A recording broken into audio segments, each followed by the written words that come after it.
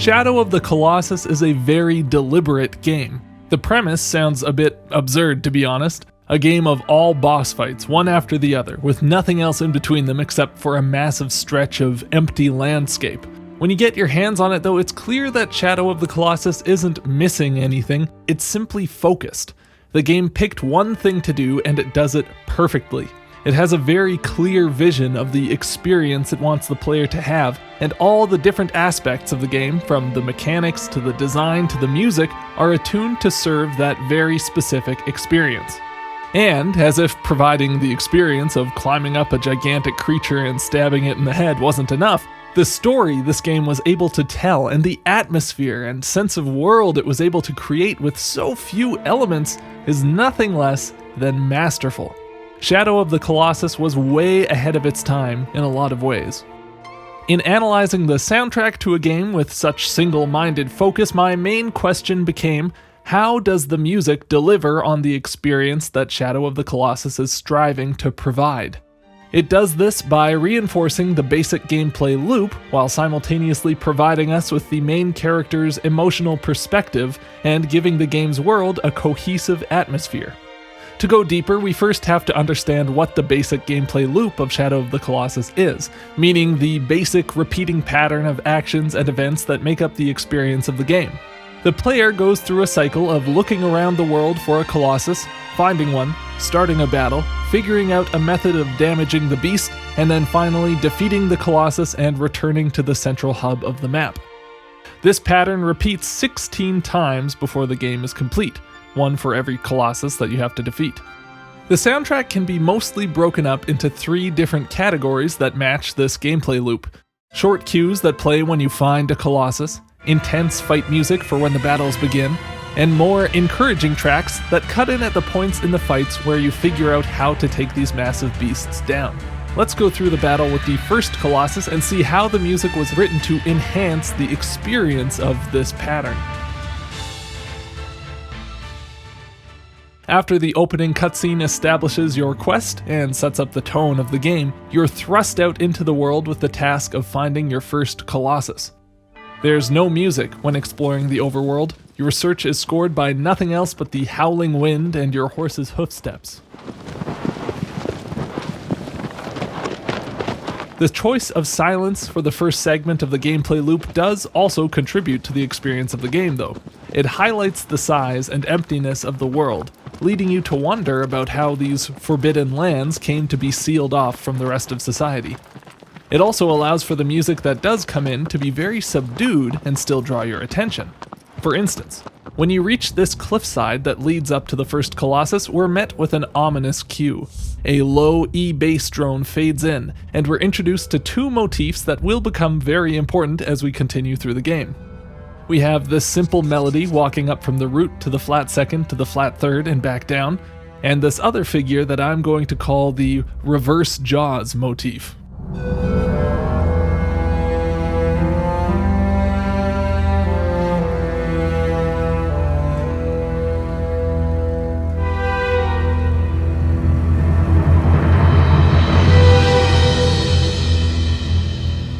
Both of these motifs are designed to create a sense of dread in the listener. The first melody uses the flat second of the key to draw on the sound of the Phrygian scale, which lends a threatening feeling to the music, as I've outlined in another video. The second figure I call the reverse Jaws motif because it gets at the same emotional effect as the Jaws theme by doing the exact opposite thing. Rather than a very low semitone step up, we have a much higher register semitone step down. Like the Jaws theme though, this motif captures that feeling that something horrible is lurking just around the corner, which builds up a huge sense of anticipation for the battle to come. These motifs are great because they're easy to transform while keeping a recognizable relation to the original idea.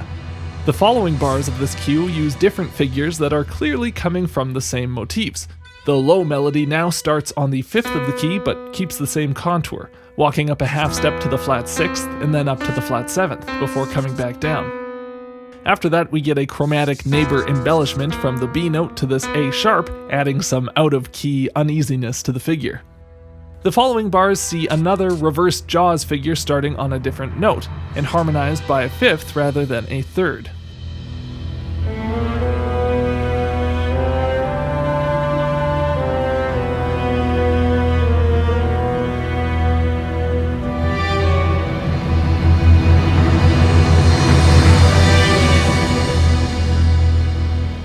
It's a testament to the strength of the motifs that, however the figures are twisted and altered, doesn't damage their capacity to create a sense of dread. When you do finally lay eyes on the beast you're after, shaking the ground with each step it takes, it seems like an impossible task to take down this massive creature equipped with nothing but a sword and a very cool poncho. And when the Colossus notices you, the battle music reinforces this feeling of intimidation. The bass line alternates the root, E, with the flat second, F natural, immediately imbuing the piece with an oppressive Phrygian atmosphere. The melody on top features our 1, flat 2, flat 3, flat 2, 1 figure, but each note is harmonized with the note a minor third above it. This gives us a raunchy A flat over our E bass pedal, the flat fourth of the key. The following phrase uses different iterations of our reverse Jaws motif as well.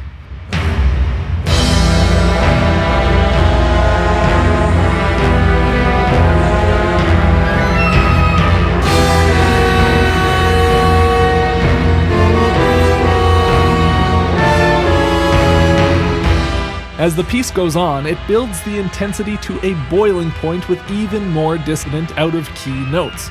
This melody drops down from the flat 6 to the 5th to the flat 2nd, emphasizing the dissonance of the flat 2 over the root note by approaching it by a tritone leap.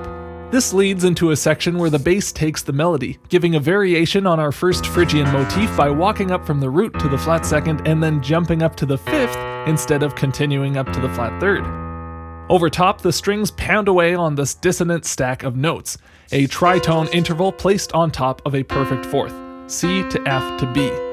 The intervals of a tritone and major seventh in this stack give these chords a really aggressive dissonance, while reinforcing the tritone leap between F and B happening in the melody below. And then, if that weren't enough, these chords start shifting around chromatically to make them even harder to follow.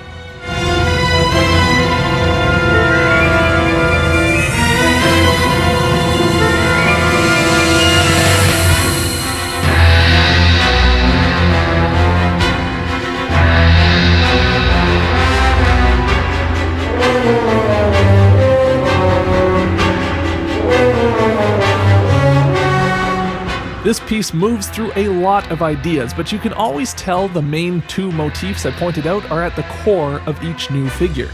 That all changes when you stab the beast in the calf and drop him to his knees, giving you the opportunity to climb higher up on his body and do some real damage. This is the moment that the tide of battle turns and the way forward opens up to you, and the music shifts from intimidating to exhilarating. You won't find any flat twos or chromatics sliding around. Instead, we get a huge, lush string melody playing over top of a constant E minor chord.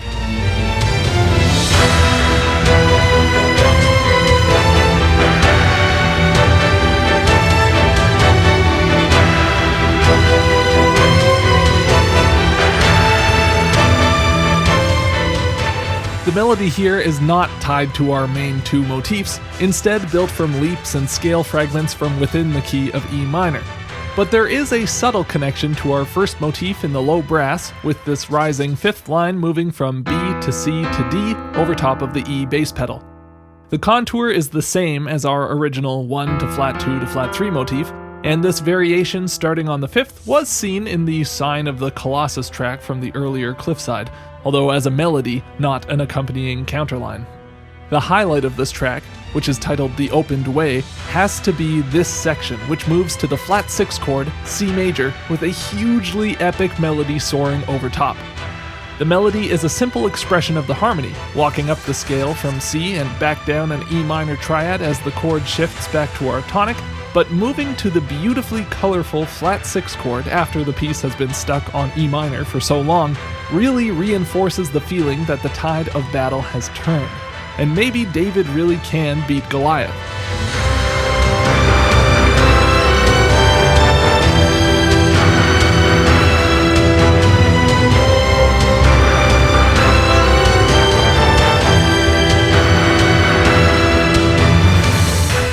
Hanging on to a giant's back hair 20 feet up in the air as he tries to shake you off, lifting your sword up above your head and plunging it into the Colossus's neck. This would be a great moment as is, but with the accompanying change in the music, it becomes unforgettable. When you manage to finish off the towering creature, the music that comes to congratulate you isn't your typical upbeat victory fanfare. Instead, as the Colossus crashes down to Earth, strings come in with a quiet, contemplative piece, each voice individually descending from D minor to A minor to E flat. The voices are all offset from each other, moving at different times, giving a feeling of unraveling as we watch the once towering Colossus tumble to the ground. We get a sense of regret from the music, not victory, although this last resolution surprises us with a D major chord that leads into a new key of G major, showing that, while some part of our hero might regret his actions, he's ultimately satisfied with the result.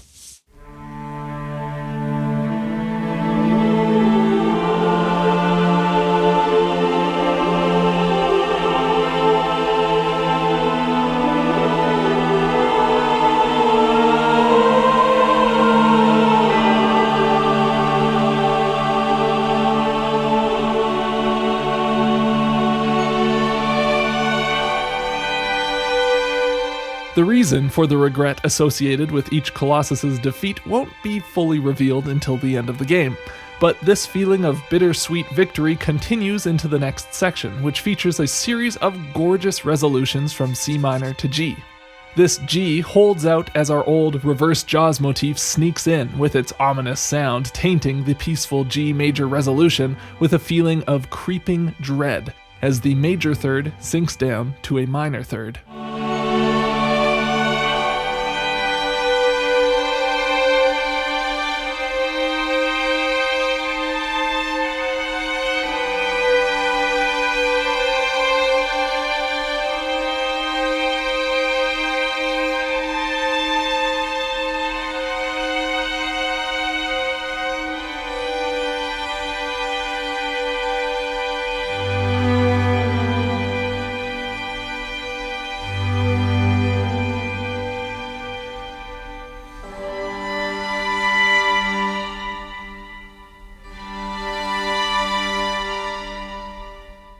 There's so little dialogue or cutscenes or any other storytelling devices used in this game that a lot of the storytelling falls on the music's shoulders.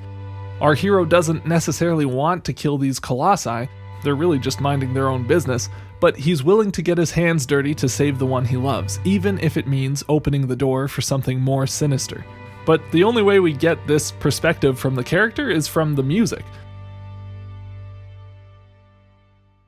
This concludes the basic pattern of the game that repeats for each of the 16 colossi.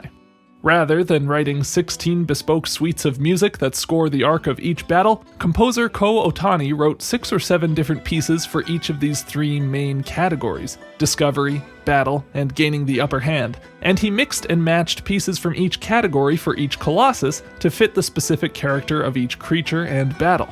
For example, the area discovery cue that plays when you find the clearing where the 4th Colossus sleeps feels more calm and sad than anxiety-producing, with harmonized flutes echoing out over top of spacey synth pads.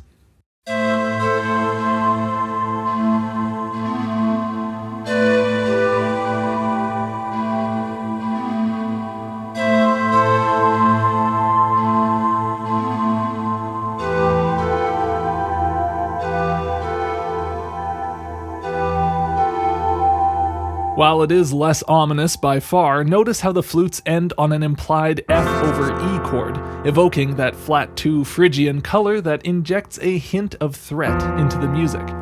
For colossi whose battles start less aggressively, like the bird colossus that sits and watches you until you shoot an arrow at him, the battle music can be a lot more subdued. This example, titled Silence, opens with a simple E minor melody over top of a held E pedal note. The melody starts on the 5th and walks down to the root, but ends with a flat 2, flat 3, 1 resolution, a clear variant of our main Phrygian motif.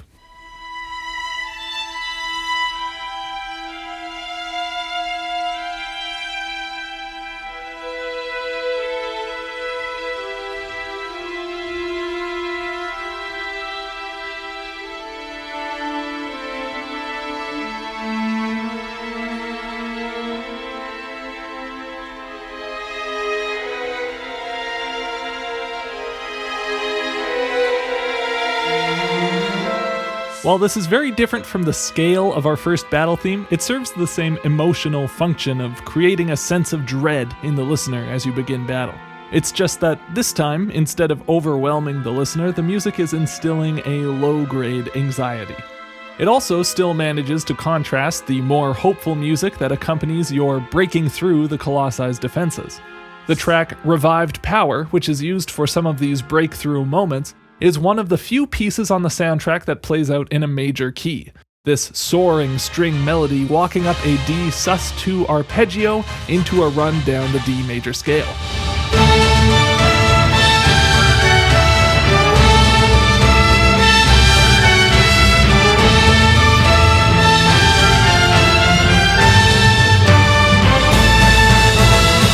Breaking away from chaotic dissonance into a big melody like this is such a great way to capture that feeling that you're on the home stretch, and it invigorates you to finish the job.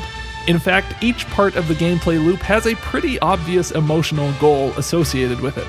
A sense of discovery as you reach a new Colossus, a feeling of dread and adrenaline as you begin battle, and an emerging boldness and confidence as you discover the way forward to victory. Each piece in the soundtrack captures the emotional requirement of its category while giving a slightly different angle on that goal, providing a variety of music to suit the various battles you face throughout the game. What's more, all of the music is carefully crafted with the same motifs showing up again and again in different forms. Not just the two motifs we covered, but a whole suite of other ones as well, giving a sense of unity and natural progression to each battle regardless of which pieces are used to fill each different role.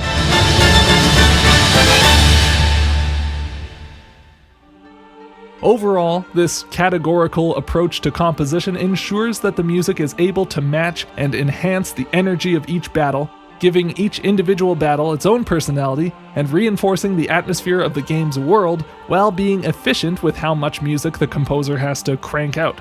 Everything from the player's expected reaction to discovering a beast to the story's tragic implications are represented in the soundtrack, and it expertly delivers on every aspect of the experience that Shadow of the Colossus was trying to provide. Big thanks to patron Zai Larson for recommending this soundtrack. If you'd like to support what I do here, consider going over to my Patreon. $5 and up supporters get access to all of my transcriptions that I make for these videos, and there are quite a few from the Shadow of the Colossus soundtrack that I couldn't fit into this video that are worth checking out. Thanks so much for watching, and I'll see you in the next one.